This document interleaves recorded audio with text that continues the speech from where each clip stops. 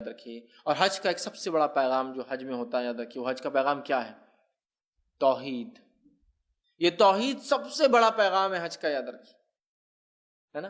توحید یاد رکھیے، چاہے تلبیہ ہو جو ہم پکار رہے ہیں، ہے نا، جس کے اندر ہم کہتے ہیں اے اللہ ہم حاضر لبیک اللہم لبیک لبیک لا شریک لک لبیک، تیری ذات میں اللہ کوئی شریک نہیں۔ توحید سب سے بڑا پیغام ہے نا، ہر چیز میں اللہ کا ایک ہونا ثابت ہوتا ہے نا، تو ہم یہ پیغام لیتے ہیں، ٹھیک ہے؟ تو اس توحید کے پیغام کو بعد حج کے بھی ہم باقی رکھیں، ورنہ لوگ وہاں تو کہہ رہے لبیک اللہم لبیک لبیک لا شریک لک لبیک، اور یہاں سے جاتے بھی تو اللہ رحم کرے شرک کر کے جاتے ہیں، اور واپس بھی آتے تو وہی شرک اور غلاظت میں ڈوبی ہوئی زندگیاں ہوتی ہیں۔ تو اس عظیم پیغام کو یاد رکھیے آپ حج کی، وہ پیغام تھا توحید کا پیغام۔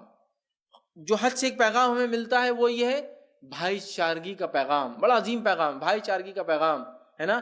آپ کا پڑوسی جو پتہ نہیں کس ملک کا تھا، پتہ نہیں کون سی زبان بولتا تھا، لیکن اللہ کے لیے آپ نے اس کی خطائیں معاف کی، اس کی غلطیاں معاف کی، اس نے کچھ کہہ دیا آپ نے معاف کیا، اس کی آپ نے مدد کی، اس کو جو چاہیے تھا آپ نے دیا، یہی تو بھائی چارگی تھی، حج نے سکھایا۔ کیوں وہاں سے آنے کے بعد اس پیغام اور اس میسج کو ہم بھول جاتے ہیں، ہے نا؟ پھر وہی سب معاملہ زندگی کا ہو جاتا ہے۔ تو توحید ایک عظیم پیغام حج ہمیں دیتا ہے، جس کو کبھی نہیں بھولنا چاہیے، یاد رکھیے، ہم نے زندگی ہماری بدل جانا چاہیے۔